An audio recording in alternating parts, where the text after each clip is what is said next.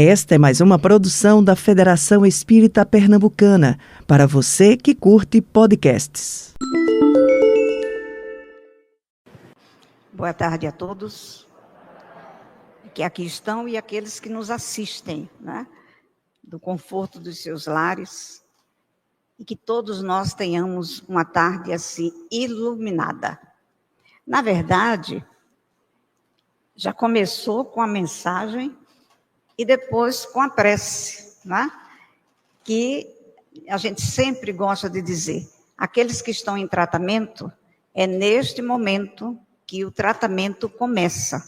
Então, todos aqueles que estão em tratamento, já passaram pelo passe, aqui é a continuação do tratamento. Aí vocês estão vendo o tema de hoje, né?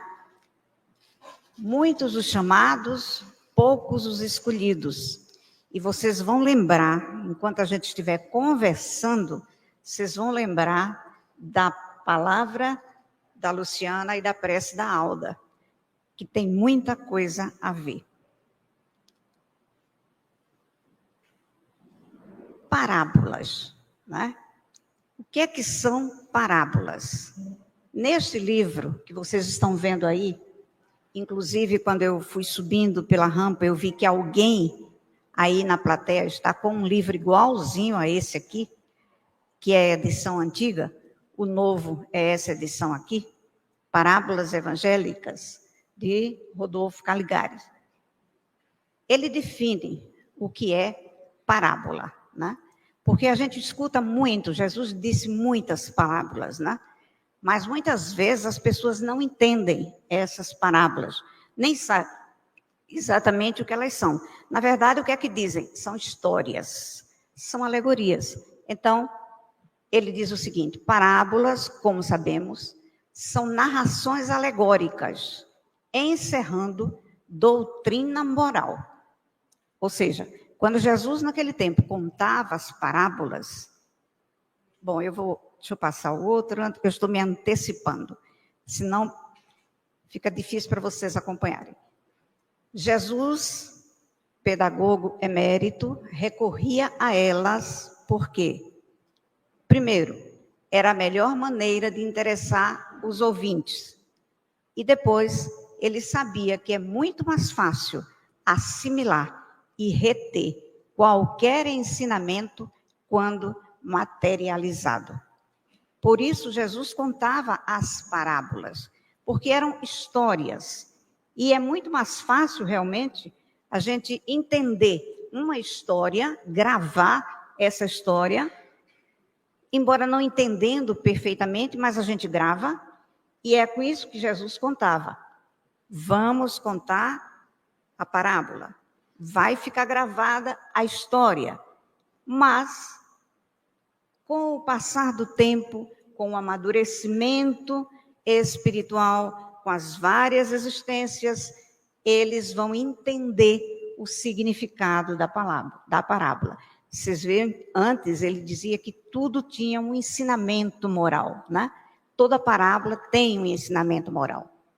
Então, Jesus fazia isso porque ele é o mestre dos mestres, né? Guia e modelo da humanidade.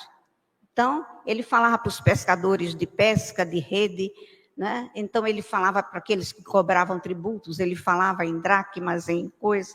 Então, ele falava a linguagem das pessoas, e a gente vai ver isso aqui. Como é que Jesus compunha as suas parábolas? Porque ele fazia na hora. Ele via a situação e dali ele criava a história que se tornava, que é a parábola, né? Então, no Evangelho, no capítulo 28, no item 2, tem o seguinte: ele compunha as suas com os hábitos mais vulgares da vida e as adaptava aos costumes e ao caráter do povo a quem falava. A maioria delas tinha por objeto a ideia da vida espiritual. Então, isso está lá no item 2 deste ponto que a gente está falando hoje. Então, veja. Quantas vezes nós já ouvimos parábolas que a gente ficava sem entender, né? E até mesmo passagens de Jesus que a gente não entendia. Só para dar um exemplo, a de hoje vai ser o festim das bodas, né? Mas lembram das núpcias lá em Canaã? As bodas em Canaã, né? Então, Jesus, quando ele esteve ali para aquele casamento, né, para aquela celebração, vocês lembram que quase no fim da festa faltou vinho, né? E aí Maria, a mãe, né, chega junto dele e diz assim, faltou vinho. Aí ele faz assim, mulher, a minha hora ainda não chegou. Mas mãe é mãe, pediu, ele fez, né? Ela sabia que ele ia fazer. Aí ela vai e diz uma coisa interessante, que muitos dizem, não é ditado popular, né? É interpretação popular. Muitos dizem que é o mandamento de Maria. Qual é o mandamento de Maria? O que foi que Maria disse naquela hora para Jesus? Que estava precisando de vinho, né? Ele ficou calado, disse que não era hora dele, mas ela mandou os servos buscarem os tonéis com água. E aí, o que é que Maria disse para os servos? Fazei tudo o que ele vos disser. Aí alguns dizem, esse é o mandamento de Maria. Fazei tudo o que ele disser. Serve para a gente até hoje, né? Fazer tudo aquilo que Jesus nos disse há tanto tempo atrás. Então, a ideia era sempre a vida espiritual, porque ele queria ali mostrar a vida espiritual, né? Existia alguma coisa além da vida atual. Então, isso aqui é mais uma contextualização a respeito do que é parábola e de como Jesus se comportava. Então, vamos agora para a parábola. A parábola é a do festim das bodas. Aí a gente vê Jesus chamando, né, com a multidão, e ele, simbolicamente, ele está ali chamando as pessoas para as suas palavras. Mas na parábola, o que acontece é que, na segunda imagem, nós vemos aí uma mesa, né, que é a mesa do banquete, nós vemos várias pessoas com uma roupa branca, mas no meio tem uma com uma roupa escura. Então, e tem alguém apontando. Vamos entender o que é que foi isso. Como é a parábola do festim de bodas? Enquanto eu for colocando algumas partes da parábola, eu vou também explicando algumas coisas dela, tá? Então, é assim, o reino dos céus se assemelha a um rei que, querendo festejar as bodas de seu filho, despachou seus servos a chamar para as bodas os que tinham sido convidados. Estes, porém, recusaram ir. Vocês observem aí que nós destacamos rei, bodas, servos e convidados, né? Por quê? Tem que haver uma explicação. Isso aí está no Evangelho segundo o Espiritismo, no capítulo 18, item 1. Os hebreus foram os primeiros a praticar publicamente o monoteísmo. É a eles que Deus transmite a sua lei. Primeiro, através de Moisés, nos 10 mandamentos, né? Que Moisés veio trazer aquele princípio, né? Aquele início de um sentimento de justiça. Mas era uma justiça assim, muito, muito forte, né? Olho por olho, dente por dente. Se alguém bater na face, bata também. Então, era uma coisa assim, meio forte, mas necessário, para as pessoas daquela época. Quem sabe quantos de nós não estávamos lá naquela época escutando isso e ainda hoje estamos aqui, né? Mas vamos em frente. Nada, Jesus disse assim, das ovelhas que o Pai me confiou, nenhuma se perderá. Então, tem esperança. Depois de Moisés, quando Moisés fez a sua parte, cumpriu a sua tarefa, a sua missão, passou-se um tempo, né? E aí depois foi necessário que viesse mais alguém para relembrar ao povo aquilo que os profetas de antigamente estavam dizendo, que Moisés tinha dito. Aí chega Jesus. Então, os hebreus foram os primeiros. Eles praticaram o monoteísmo em primeiro lugar. Receberam Moisés e depois Jesus. Então, quando Jesus veio, ele veio trazendo a justiça com amor. Se alguém vos bater na face direita, dá-lhe também a esquerda. Se alguém pedir para caminhar 1000 passos, caminhe 2000. Então, Jesus já veio mostrar uma coisa diferente. Amar a Deus sobre todas as coisas e ao próximo como a si mesmo. E aí está a lei toda e os profetas. Então, Jesus já veio trazer um Deus, Pai. Então, era aquele Pai que era misericordioso, justo, mas que na sua justiça ele levava em consideração os agravantes e os atenuantes, que levaram aquela pessoa àquele fato. Então, dos primeiros a ser convidados para o grande banquete da fé universal, eles, os hebreus, repeliram a palavra do Messias celeste e o imolaram. Isso aí já está no mesmo capítulo, mas no item 2. Então, veja, eles foram os primeiros. Mas, o que é que acontece com a parábola? Quem conhece a parábola vai lembrar, né? O rei preparou o banquete, mandou os servos para os convidados. Os convidados eram os hebreus. Aí o que acontece durante a narração da parábola? Eles não quiseram aceitar. E até o evangelho diz assim, é até absurdo, né? Inacreditável que alguém se recuse a ir para uma boda, né? Para uma festa daquele nível que o rei estava dando. Mas eles se recusaram. E os servos voltaram e chegaram junto ao rei e disseram para o rei, ninguém quis vir. Aí o rei disse, mas eu preparei o banquete.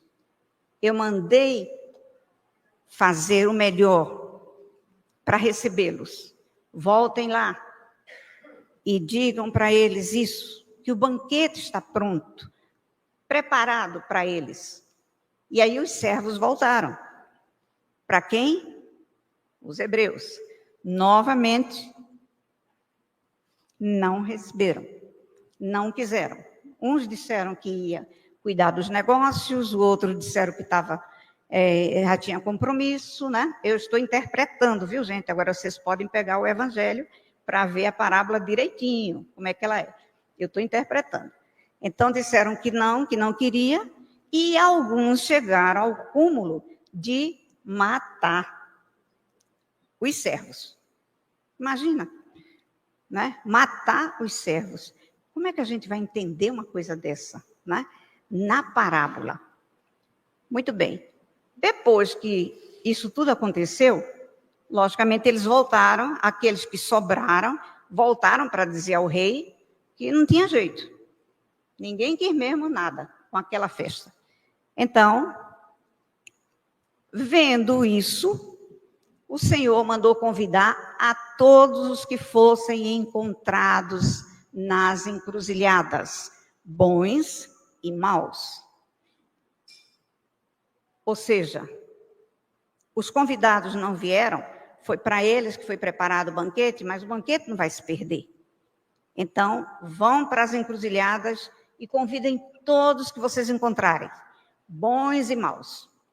Isso significava o quê? que aquela boa nova, aquele banquete estava preparado para todos, independente de terem sido os primeiros convidados. Então, estava sendo preparado para todos. Todos poderiam ir ao banquete, bons e maus. Então, os servos foram, e logicamente, quem que não queria ir para um banquete desse, né? Todo mundo foi para o banquete. Todo mundo que eles encontraram, mandaram para o banquete. E a sala ficou repleta. Mas tem um porém aí, né? Entrou em seguida o rei para ver os que estavam à mesa e dando com um homem que não vestia a túnica nupcial, disse-lhe: meu amigo, como entraste aqui sem a túnica nupcial?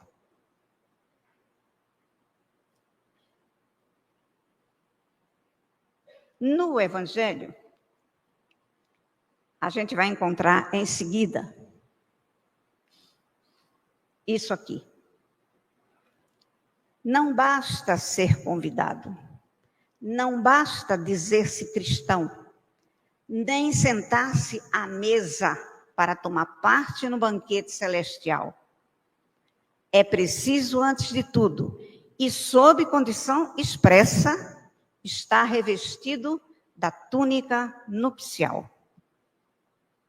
E aí? E agora? Como é que a gente vai entender essa parábola, né? Bom, vamos para a simbologia. O que quer dizer cada coisa? O rei é Deus. O festim de bodas é o reino dos céus. Os servos, os profetas, os primeiros convidados foram os hebreus. E a túnica nupcial são os bens espirituais.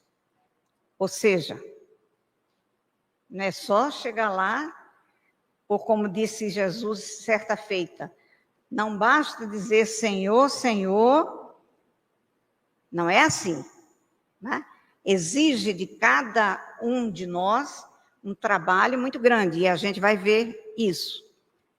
Mas Deus a gente já conhece, reino dos céus, profetas, os hebreus a gente já falou. Então vamos falar sobre a túnica nupcial. O que seria a túnica nupcial? Seriam os bens espirituais. E é exatamente isso que nós precisamos fixar na parábola. O que são bens espirituais? Tudo aquilo que podemos levar conosco para a vida espiritual. Para tal, precisamos trabalhar com afinco em nós mesmos na nossa transformação espiritual. E aí nós destacamos trabalhar e transformação espiritual.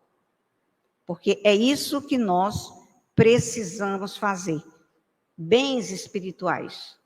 Tudo aquilo que a gente pode levar conosco são as nossas virtudes, né? E a gente vai ver algumas daqui a pouco ali, a gente fez um apanhado assim. Então, esses bens espirituais é que nós precisamos. Esses bens espirituais representam a túnica que vai nos dar acesso a esse banquete espiritual, ou seja, ao reino dos céus. Aí, neste livro aqui, Martins Peralva, estudando o Evangelho, ele diz: o supremo objetivo do homem na Terra é o da sua própria renovação. Então, esse é o objetivo principal, né? E o supremo objetivo de nós estarmos aqui na Terra. A própria renovação. Mas vamos pensar. É fácil, é simples, é rápida essa renovação.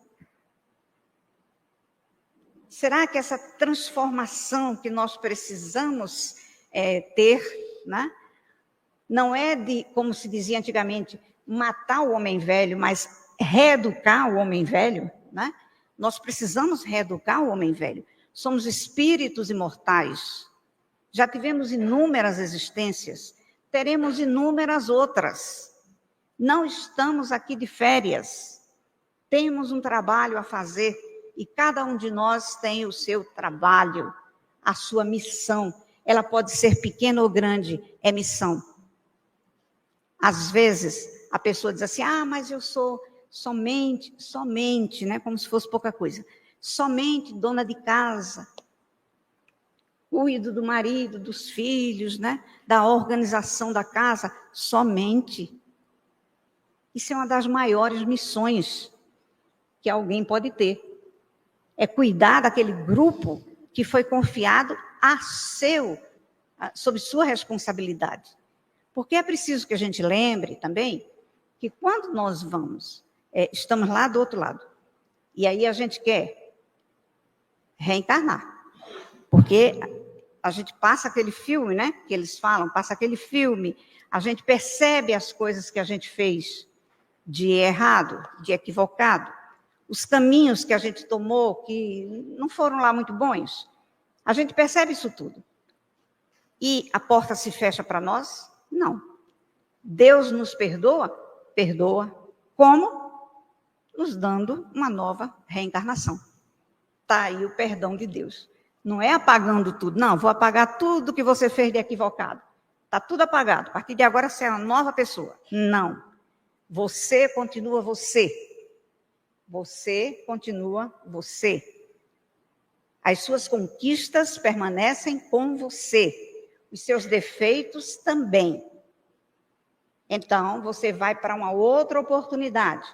Uma oportunidade para reeducar-se, para recomeçar, para ressignificar a sua existência.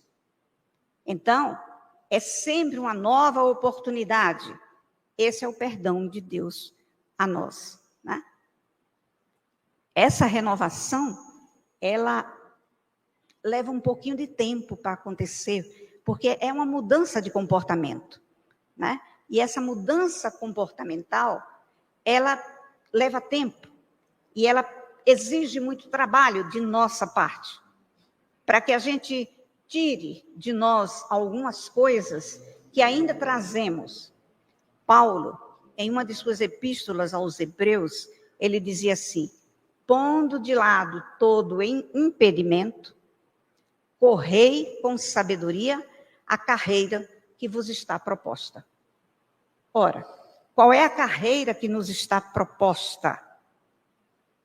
O progresso espiritual. E aí, neste livro aqui, Estudos Espíritas,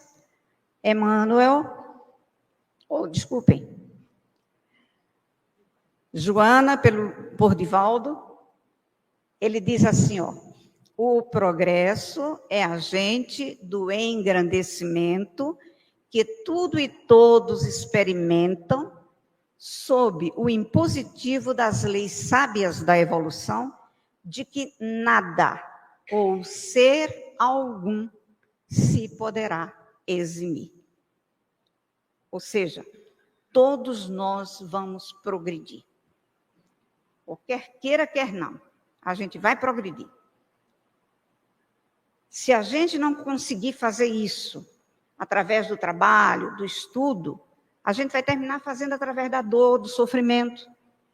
Mas a gente progride. Porque nós fomos criados para progredir. Então, quando Deus nos criou, Ele nos deu inteligência e livre-arbítrio para que a gente soubesse usar. E a partir daí, fizéssemos a nossa história espiritual.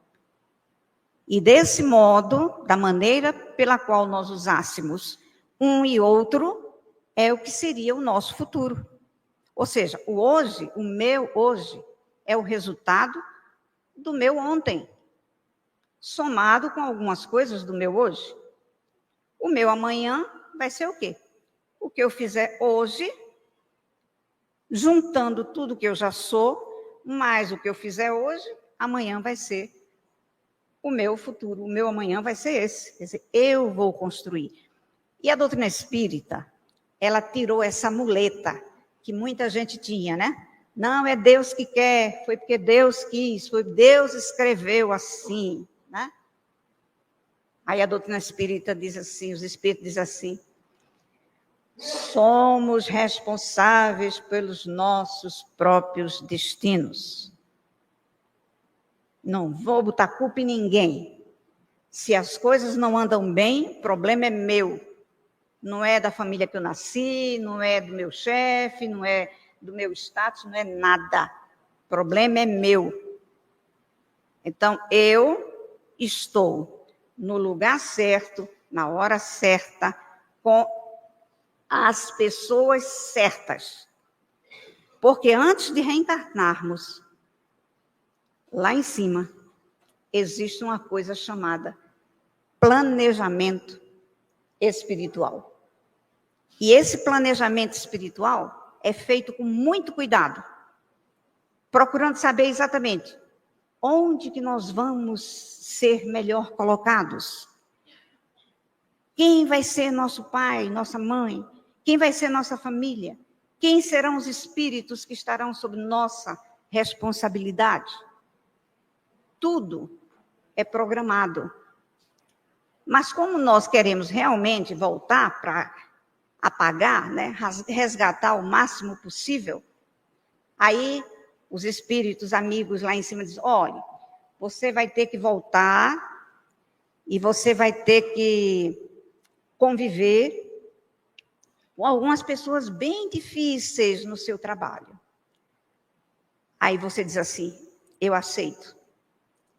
Olha, a sua família não vai ser aquela harmonia que você gostaria. Alguns outros espíritos serão colocados nela também para que progridam. Aí a gente diz: aceito. Você vai precisar passar por determinados problemas financeiros na sua vida. E a gente aceita. Cada aceito que a gente diz é como se fosse, isso nem existe mais, viu, gente? Mas no meu tempo existia. É como se fosse uma promissória que a gente está, ou um cheque pré-datado, né? É dizer assim: aceito, tome cheque. Aceito, tome cheque. Aceito, tome cheque. Está tudo guardado lá em cima. Aí a gente volta. Justamente, e a gente volta porque, olha como é a misericórdia divina. É nos consultado, quando nós temos merecimento, é nos mostrado o que nós poderemos ter ou o que nós gostaríamos de ter. Ou seja, a gente escolhe. A gente escolhe até o grupo familiar. Mas é claro que a gente não lembra. Quando chega aqui, existe o bendito esquecimento do passado e a gente não lembra. E aí, quando a gente chega aqui, justamente vem aquela situação difícil, aí vem aquela pessoa muito difícil na sua vida, no trabalho, aí você diz assim: ah, mas eu não mereço isso. Mas você disse que aceitava. É o cheque que está sendo apresentado para você pagar, né? Aí daqui a pouco diz assim: ai, mas essa situação é muito difícil para mim, minha família é muito difícil. Olha, eu tento, mas não consigo. Outro cheque pré-datado, você disse que aceitava, agora você vai ter que pagar, né? Então, tudo aquilo que a gente passa, gente, não é por acaso. E a doutrina espírita nos diz isso, né? Nada é por acaso. Tudo tem um objetivo. Nós estamos no lugar certo, na hora certa, na família certa, na situação certa, só nos resta ter a atitude certa. E essa atitude certa é não nos rebelarmos contra isso. Principalmente nós, espíritas, que conhecemos a doutrina, que nos diz, que nos levanta o véu e que nos mostra quem fomos, quem somos, quem poderemos ser. Então, nós não temos desculpas. Nós somos muito mais responsáveis. O que é que Jesus dizia? Muito se pedirá a quem muito recebeu. E nós recebemos muito da doutrina espírita. E por recebermos tanto, é que muito nos é pedido. Mas Deus é tão bom que Ele só nos dá aquilo que os nossos ombros aguentam. Até mesmo na espiritualidade, se vocês procurarem os livros de André Luiz, vocês vão ver que, às vezes, o espírito pede, não, eu quero ir assim, quero ir assim, quero ir desse jeito. Aí os amigos espirituais dizem, não, você não vai desse jeito porque você não vai aguentar. Então, você vai exatamente numa situação que seus ombros aguentem. Por isso que nós não podemos nos rebelar, né? Aí, neste livro aqui, Divaldo, Amélia, o essencial. E aí eu vou abrir um parêntese para dizer a vocês que este livro de Amélia Rodrigues é o último dela através de Divaldo. Ou seja, ela encerra aquela série lindíssima que ela tem com este livro. Então, este livro, o essencial, é o último dela por Divaldo. É lançamento, claro, mas não é porque é lançamento que é o último, não, é porque é o último mesmo. Ela não vai mais psicografar através de Divaldo. Então, no capítulo 29, onde fala o reino de Deus, Amélia diz, o fenômeno da evolução é de desenvolvimento mais lento do que aquele das conquistas intelectuais. E é compreensível isso, não é? Nós desenvolvemos muito mais rapidamente o intelecto do que a parte moral. Porque a parte moral exige de nós uma série de renúncias que nem sempre nós estamos dispostos a pagar, né? Aí vamos ver, o que é que tanto exige de nós, né, para que a gente possa conseguir a nossa evolução espiritual. Olha quantas palavrinhas aí. Aí você tem perseverança, humildade, paz, paciência, generosidade, domínio próprio, caridade, alegria, amor, perdão, indulgência, mansidão. Quanta coisa. Quanta coisa a gente precisa internalizar para que a gente possa ter essa esperança de avançar, não um, mas 2 passos na senda do nosso progresso. Mas então, o que a gente vai fazer? Olha a pergunta que não quer calar. O que fazer, Jesus? O que fazer?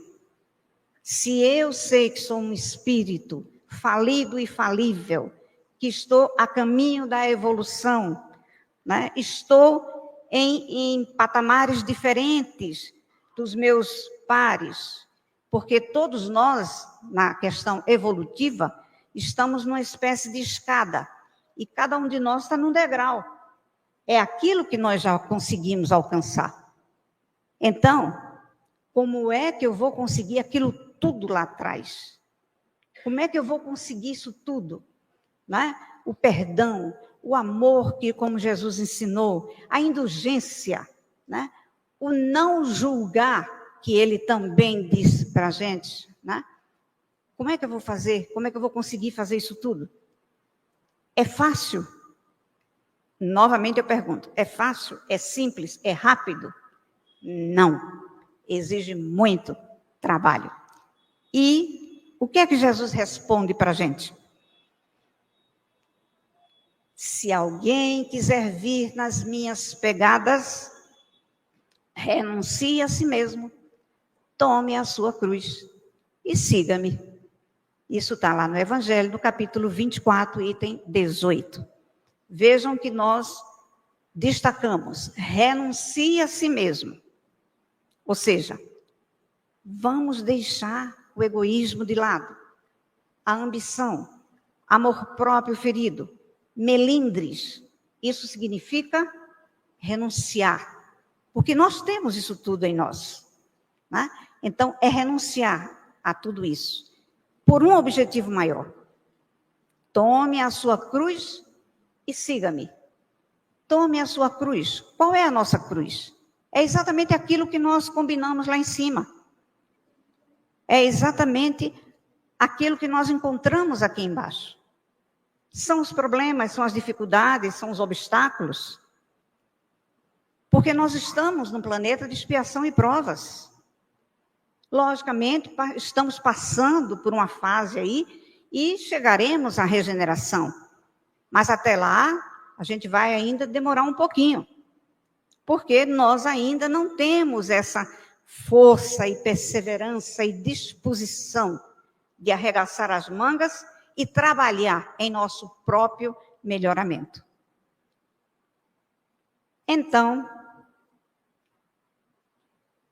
mais um livro para vocês. Renúncia. No livro Renúncia, Emmanuel, através de Chico, ele conta a história de Alcione, e quem ainda não leu esse livro, procure ler. Procure conhecer a Alcione. Aí, Alcione, nesse livro, ela diz assim: a mensagem do Cristo precisa ser conhecida, meditada, sentida e vivida. São 4 passos, né? Pelo que Alcione colocou aí, 4 passos. Conhecida. Vejam que no exórdio, na prece, foi falado isso, né? Alguns ouvem, alguns comem, alguns bebem, alguns convivem, mas não passa daquilo. Não vai mais a fundo, né?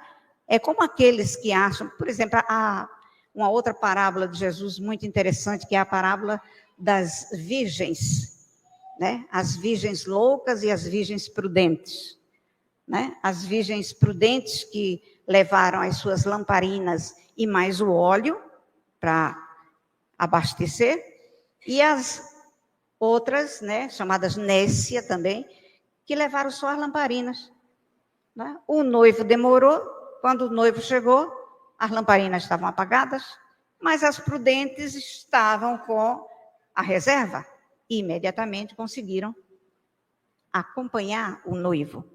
E as outras pediram, né? Me dá um pouquinho do teu óleo aí para botar aqui na minha que apagou. E aí elas dizem assim, olha, não dá para a gente dar para vocês, porque se a gente der vai faltar para a gente.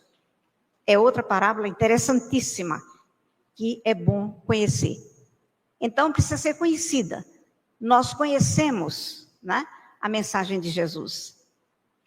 Mas ela precisa ser meditada. Isso significa reflexão. Eu preciso refletir, né? Então, ó, conhecida e meditada, aqui, ó, na cabeça, nível intelectual. Sentida, aqui no coração. E vivida nas mãos. Ou seja, a mensagem do Cristo precisa passar pela nossa cabeça, chegar no coração e alcançar as mãos. Na ação, que é justamente o que a gente precisa, que é ação. Jesus falava amar. Ele usou muitas vezes essa palavra, amar. Amar é verbo. Verbo significa ação. Então, a gente precisa lembrar, refletir, meditar, sentir e viver as palavras de Jesus. Mas isso é fácil, Sônia? A gente já disse que não. Mas tem uma fórmula. Vamos ver qual é a fórmula? E quem dá essa fórmula?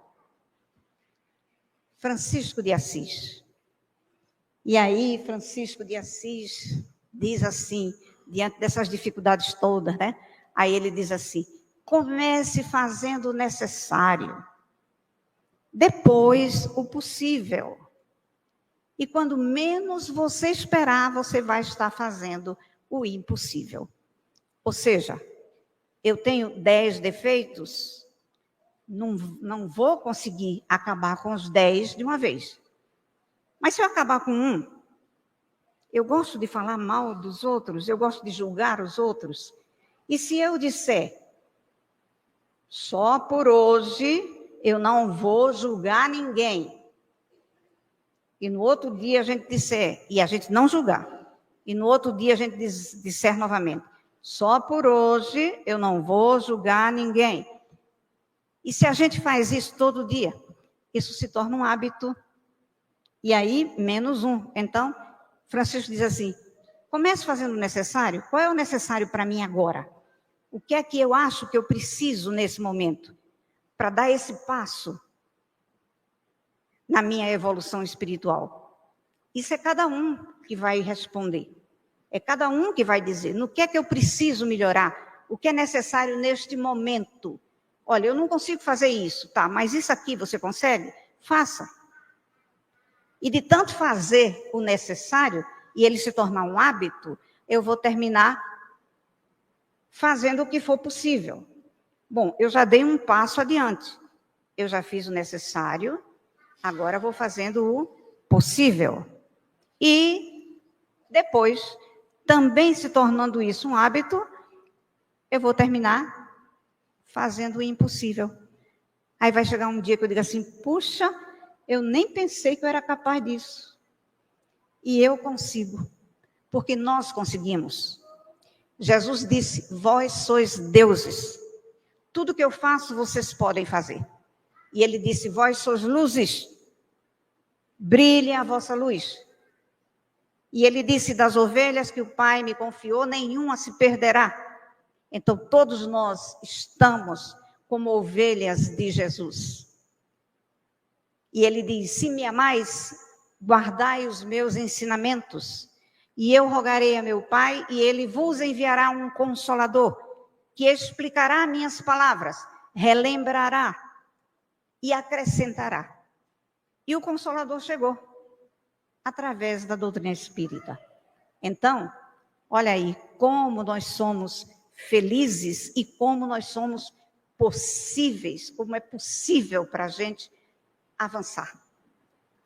Só depende de nós. Na revista Reformador, editada pela FEB, na edição de agosto, na página 26, o articulista Wesley Caldeira, ele fez um artigo intitulado O Trabalho, Movimento Sagrado da Vida. Aí ele diz o seguinte, deve-se partir daqui com os recursos vitais gastos e os talentos multiplicados, transformados em realizações dentro de nós e entre nós. Então, veja, temos que sair daqui transformados, um pouquinho melhores do que quando aqui chegamos. Porque senão vai demorar muito mais tempo, a gente chega lá. Tem uma música assim que diz que um dia todos nós seremos anjos. Seremos. Mas vamos precisar arregaçar as mangas e trabalhar bastante. Neste livro, Pelos Caminhos de Jesus, Amélia Rodrigues, ela diz, o apostolado de Jesus na Terra prossegue com atualidade nestes dias tumultuosos.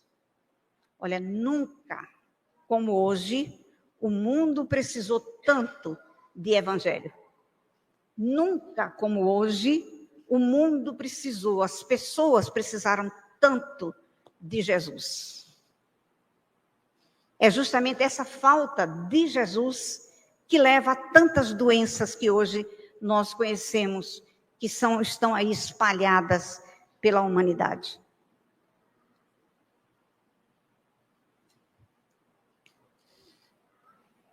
No livro Primícias do Reino, novamente Amélia Rodrigues, Divaldo.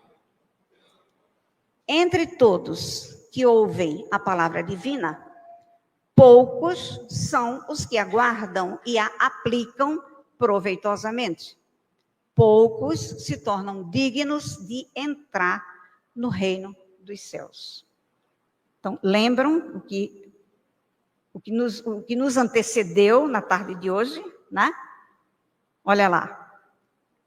Poucos são, entre todos aqueles que ouvem a palavra, poucos são as que aguardam. E aplicam, porque não é só guardar, é guardar e aplicar, né? Porque se a gente só guardar, não vai adiantar muito, não. No livro Pontos e Contos, tem um conto muito interessante que é chamado, o título é Cabeça Grande, procurem ver. Vocês vão ver que coisa interessante é essa história. Então, aí embaixo vocês têm duas imagens, né? A primeira imagem dá para todo mundo perceber que é a mulher adúltera, né? Ela ali na praça para ser apedrejada e Jesus dizendo, né?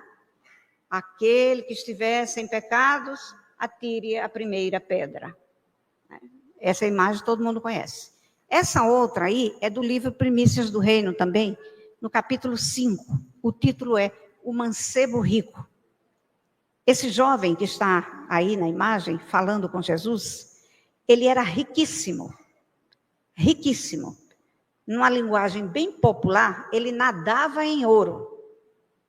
Ele tinha tudo o que queria. Tudo. Mas ele sentia uma falta muito grande. Ele sentia uma dor dentro dele. Alguma coisa, a sede de alguma coisa que ele não sabia o que era, porque ele tinha tudo. Ele ouviu falar em Jesus e foi até Jesus. E nós já estamos finalizando a nossa conversa, tá? Então ele foi até Jesus. E chegou lá e ele disse a Jesus, eu quero lhe seguir. Aí Jesus disse, novamente eu estou interpretando, minha gente, tá? Quem quiser ela, literalmente, vai encontrar no Primícias do Reino, capítulo 5. Aí Jesus diz assim, venha, mas o que eu preciso fazer? Aí Jesus diz, cumpra os mandamentos. Aí ele diz, eu já cumpro todos os mandamentos. Faça o bem, ele disse, eu já faço. Aí Jesus diz assim, renuncie a tudo e me siga. Aí o jovem parou, porque era muito rico. E porque no dia seguinte ele tinha uma corrida de cavalo, e ele era o grande campeão e o grande favorito. E aí ele pensou, não vou abandonar essa glória de correr, de ganhar mais um troféu. Não vou. E aí ele não seguiu Jesus. Muitos os chamados, poucos os escolhidos. A mulher adúltera, ela escutou, aprendeu a lição e seguiu. Mas aquele jovem que tinha tudo para ser a criatura mais feliz da face da terra, sentia sede. E essa sede só Jesus conseguiria aplacar. E ele não quis. Eis porque disse Jesus. Capítulo 18, item 2, encerrando nossa conversa de hoje. Eis porque disse Jesus, chamados haverá muitos, poucos, no entanto, serão os escolhidos. Então, meus amigos, nós somos espíritas, nós somos cristãos, nós temos tudo a nosso favor. Já fomos chamados, estamos todos aqui. Fomos chamados, não apenas aqui, em todos os lugares que se fale sobre Deus, fomos chamados, foram chamados. Mas será que seremos escolhidos? Só depende de nós. Muita paz para todos. Você ouviu o podcast da Federação Espírita Pernambucana.